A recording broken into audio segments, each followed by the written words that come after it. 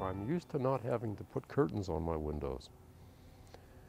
And now I'm living in a suburb, and I was trying to find some way that I could live in my house without having to put down curtains at night or to fiddle with it. So I thought, why don't I grow a trellis with some edible crops? Because you remember I said that this whole place was supposed to be a food farm, and I have nothing ornamental or unuseful. So trouble is, this only works for about, I don't know, 10 weeks a year. The rest of the year it's not sufficiently dense to really make privacy for us. So we're going to give this up and try something else. This was extremely productive. This eight lineal meters of trellis.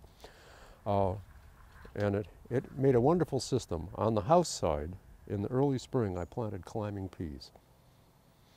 And then in the middle of October, on this side, I planted bush beans, climbing beans. And then around Christmas, the peas were all done. So I ripped them out and I planted another row of beans. So about the time that the far row of beans began to be exhausted, the row close to the house started to produce. And so we've been filling the refrigerators over there with beans constantly. And these are just not ordinary beans either. This is a variety. It's called Musica.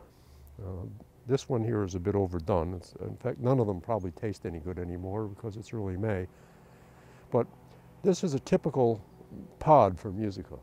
And when it's producing well, one this size is not oversized. This is still just perfect eating with no seed development. Musica is a greenhouse bean from Holland. It does not like wind. And it needs lots of moisture because it doesn't have a strong root system, but it makes an incredibly high quality product. I don't give seed away from Musica. I don't encourage most people to grow it. It's not easy to grow, but it's very high quality food.